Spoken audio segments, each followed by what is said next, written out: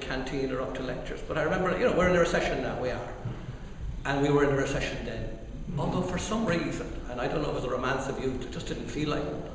But I know it was, because I remember sitting there one evening and there was a coffee machine over here. And you'd have to put 20p in to get a coffee. And then the ladies' toilet was out back that way behind the stairs. And the phone, the pay phone where you'd ring home was over there. But I remember one time sitting there, and it was almost like an apocalypse. One fella with his hand so far up a coffee machine, he was bleeding, trying to get free coffee. Behind him were a bunch of girls with out a sack of toilet rolls, taking them home to their flat, and over in the corner some fella on the payphone tapping like that. So we got by.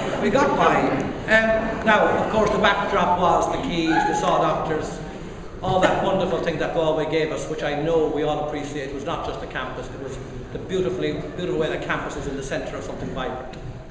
Now, all the memories I have of UCG are wrapped in a story, and that's really what I want to talk to you about today.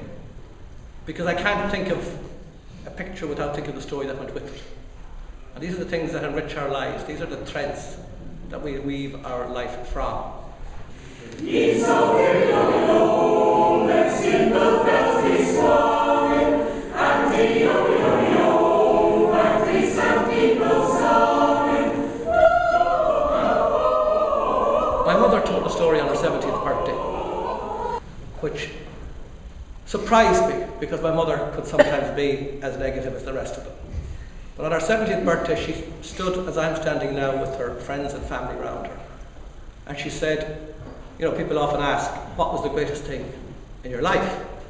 And she said, I could tell them it was my time in Jerusalem, or my time back in Trinity, or this, that, and the other shit. But no, like any mother will say, it is my children.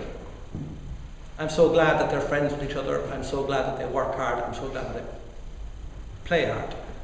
But the playing hard growing up, she said, could be a bit of a problem, because they were fond of partying. And when kids go out and they party, anything could happen. And you wouldn't know what they'd do wrong and that they might get into trouble. But she said, I always knew no matter what trouble they got into, the policeman that would find them wouldn't carry a gun. I always knew that when my sons came 18, they wouldn't be taken to war.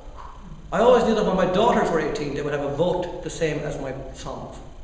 I knew when they got into media, it was a free and fair media. And I knew the society they were growing up in was a democracy.